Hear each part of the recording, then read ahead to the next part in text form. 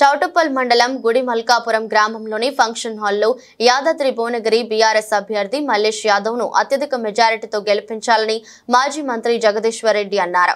సంక్షేమ పథకాలకు రూపకల్పన కేసీఆర్, రాష్ట్రంలో రేవంత్ రెడ్డి ప్రభుత్వం చేసింది ఏమీ లేదు, మళ్లీ రాష్ట్రంలో అధికారంలోకి వచ్చేది కేసీఆర్ అన్నారు. ఈ కార్యక్రమంలో మాజీ MLA Kusukuntla Prabhakar Reddy, ZP chairman Sandeep Reddy, పల్లి రవికుమార్ గౌడ్, మాజీ ఎమ్మెల్యే బూడిద భిక్షమయ్య గౌడ్, టీఆర్ఎస్ నాయకులు ఇంద్రసేనారెడ్డి, వెనుకొండ సీను, చాకలిగిరి పాల్గొన్నారు. తప్పదు నాకు బాధ్యత, ప్రాణాన్ని పనంగా పెట్టి తెలంగాణ తెచ్చినోడిని ఇవాళకి కర సాయం పట్టుకొని ఎందుకు పోకూడదు నేను అని చెప్పి పొలాల్లోకి పడి ఎండలో తిరుగుతుంటే ఈ సమయంలో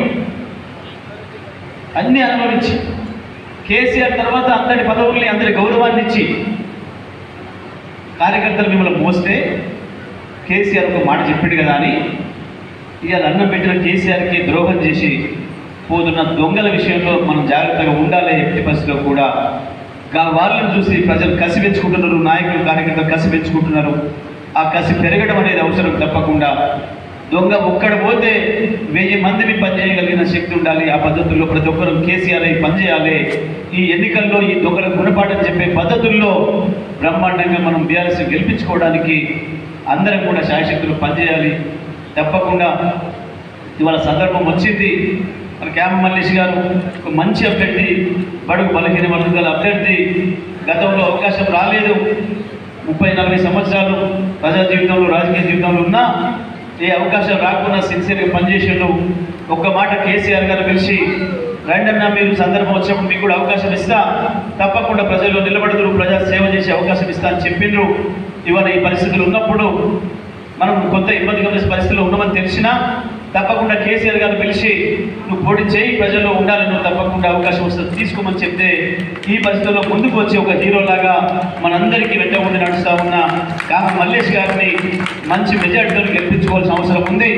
మునుగోడు నియోజకవర్గంలో కూడా బ్రోకర్ బాంధవులు ఏంటి, బఫూన్ వేషాలు వేసేటోడు మీ ఎమ్మెల్యే, తేలిపోయేటోడు, ఉత్తయ్య బఫూన్ మాటలు తప్ప ఏమీ ఉండదు. ఆయన దగ్గర ఆ డబల రాళ్ళేసి కుల్కరాళ్ళేసి ఊపినట్టు సప్పుడు తప్ప ఏమి అంటే ఏముండదు, ఒక అక్షరం కూడా అర్థమయ్యేది ఉండదు.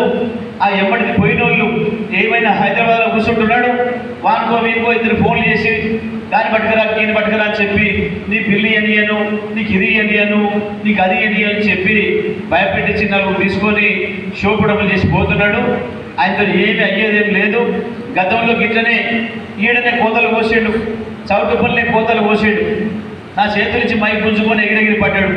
అయ్యాలని చెప్పిన నీ పని అయిపోతుందని అది తెలుగు దొబ్బిండు, పోయిండు, ఎన్నికలకు వచ్చిండు, ఒక్క ఊర్లో పడ్డాడు, అయిపోయింది. మళ్ళీ సాగుదొప్పి కనుకుంటూ పోయి మళ్ళీ పాత పార్టీ దిక్కని చెప్పి మళ్ళీ వచ్చి అలా దొరబడ్డాడు.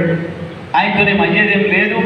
ఏదో కలలు కట్టుండు, మంత్రి పదం అంటే ఏదో తెలియదు, ఎట్లా చేస్తారో తెలియదు. హోంమంత్రి అట కేసు పెడతాడు, జైల్లో పెడతాడు, వాళ్ళు కూడా పెడతాడు, ఎవరిని పెడతాడు, జైలు ఎంతమందిని పెడతాడు, తిక్కలు కూడా కూడా. హోంమంత్రి పని జైల్లో పెట్టడం కాదు, ఆ తెలివి లేక మాట్లాడే మాటలు, జ్ఞానం లేక మాట్లాడే మాటలు. ఏది వచ్చినా ఏది రాకపోయినా బీఆర్ఎస్ పార్టీగా ఉండడమే గొప్ప. మనం బీఆర్ఎస్ పార్టీ మాత్రమే రైతుల ప్రయోజనాలు కాపాడుతుంది, ప్రజల ప్రయోజనాలు కాపాడుతుంది.